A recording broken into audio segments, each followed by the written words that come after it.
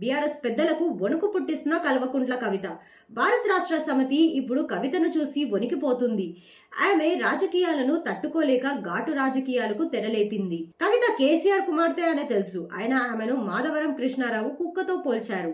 ఇది చిన్న విషయం కాదు. అయినా అలా ఘాటుగా మాట్లాడే మనిషే కాదు, కానీ మాట్లాడించారని ఆరోపణలు వెల్లువెత్తుతున్నాయి. కృష్ణారావు కూడా అదే సామాజిక వర్గానికి చెందిన వారే. ఎక్కడ తేడా లేకుండా ప్రణాళికాబద్ధంగా దాడి చేయించారు. అందులోనే బీఆర్ఎస్ భయం ఏమిటో కూడా బయట పెట్టుకున్నారు.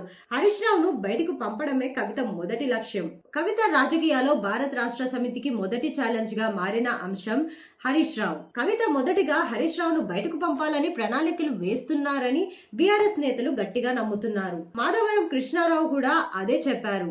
ఆమె ఇటీవల కాలంలో స్పెసిఫిక్ గా హరీష్ రావును టార్గెట్ చేస్తున్నారు. తీవ్రమైన ఆరోపణలతో విరుచుకుపడుతున్నారు. ఆమె మాటల్లో హరీష్ రావుపై కేసీఆర్ లో అపనమ్మకం పెంచడమేనన్న అభిప్రాయం బలంగా వినిపిస్తుంది. హరీష్ రావు వల్ల కేసీఆర్ కు ముప్పు ఉంటుందని ఆమె హెచ్చరిస్తున్నారు. కవిత తన దీర్ఘకాలిక రాజకీయ వ్యూహంలో భాగంగా ముందుగా బీఆర్ఎస్ పార్టీ నుంచి కవితను బయటకు పంపాలని అనుకుంటున్నారని నిర్ణయానికి వచ్చారు.